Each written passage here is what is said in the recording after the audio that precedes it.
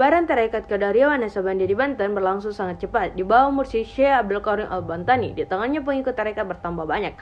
Kehadiran orang-orang Belanda di Banten menghapus sistem lama mengganti dengan sistem modern, memicu konflik baru. Terjadinya sejumlah konflik, diantaranya kesetaraan antara sistem lama yang berwujud keraton berubah menjadi modern, penarikan pajak yang semakin menjerat, hadirnya sejumlah wabah penyakit dan traumatik terhadap efek dari meletusnya Gunung Krakatau pada tahun 1883. Banten dengan segi geografis yang agraris tentu bergantung pada tanah. Namun seiring perubahan sistem terjadi konflik tanah. Konflik demi konflik berujung pada pemberontakan petani Banten pada tahun 1888. Pemberontakan petani Banten pada tahun 1888 dilatar belakangi oleh konflik tanah, pemerasan tenaga kerja, wabah penyakit, bencana, namun konflik kemudian melebar pada isu agama. Karena beberapa pemimpin pemberontakan yang dikenal juga sebagai ulama dan haji. Perlawanan petani Banten itu adalah perlawanan para haji. Pengaruh seorang haji di masa kolonial sangat kuat dari segi politik dan sosial. Pemberontakan tersebut dilakukan oleh para petani dengan dipelopori oleh seorang tokoh ulama yang bernama Kiai Haji Wasyid atau Kiai Wasyid. Perlawanan yang dilakukan oleh kaum petani ini dikenal dengan peristiwa pemberontakan petani Banten atau Geger Cilegon 1888. Insiden ini pecah setelah rakyat Banten kehabisan kesabaran mereka atas perlakuan dari pemerintah Belanda. Latar belakang terjadinya pemberontakan yang dilakukan oleh rakyat Banten atau dikenal sebagai peristiwa Geger Cilegon pada 9 Juli 1888, yaitu karena tindakan dan kebijakan yang dikeluarkan oleh Belanda dengan sewenang-wenang tanpa memperhatikan kondisi rakyat. Gerakan yang perlawanan yang dilakukan oleh kaum tani, rakyat, jajaran pejabat atau elit lokal, para tokoh ulama Banten dilakukan sebagai bentuk protes dan perlawanan rakyat terhadap penjajah kolonial Belanda.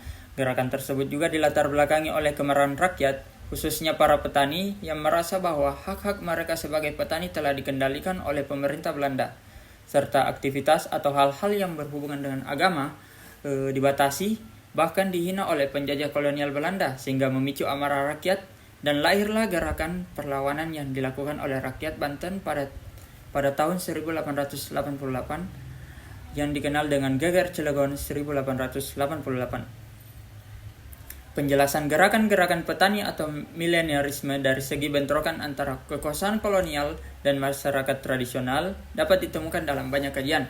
Penjelasan itu relevan untuk kajian ini karena mengacu pada kondisi-kondisi yang telah diciptakan oleh kolonialisme pada peristiwa-peristiwa, proses-proses, kecenderungan-kecenderungan yang ikut membantu timbulnya aliran-aliran anti-barat. Peran ulama dalam Geger Cilegon 1888, terutama peran dari ketiga kiai utama, yaitu Haji Abdul Karim melalui ajaran tarekat Qadiriyah wa Naqsabandiyah yang digunakan sebagai jaringan komunikasi, serta sebagai perata jalan bagi para murid dan pengikutnya dalam perang suci melawan para kolonial Belanda.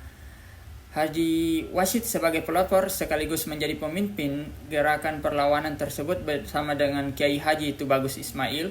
Haji Wasyid yang mengobarkan semangat para ulama dan masyarakat Banten untuk melakukan perlawanan kepada kolonialisme yang telah berkuasa di Indonesia dan bertindak dengan sewenang-wenangnya. Assalamualaikum warahmatullahi wabarakatuh. Saya akan menjelaskan mengenai pengaruh tarekat.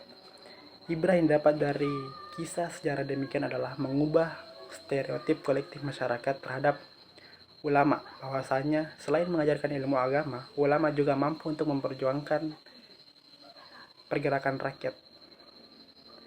Tidak sedikit dari golongan orang-orang yang bergelar haji atau orang-orang yang bergelar kiai pada saat itu ikut terlibat dalam pemberontakan adalah orang-orang atau pengikut-pengikut dari tarekat Qadiriyah wa Naqsabandiyah. Namun demikian, untuk membuktikan apakah ajaran-ajaran dari tarekat, khususnya tarekat Qadiriyah wa Naqsabandiyah ini, memberikan dorongan kepada para pengikutnya untuk melakukan pergerakan melawan pemerintah kolonial, Sufisme atau tarekat juga ternyata senantiasa memberikan dorongan kepada para penganutnya untuk bersikap dinamis.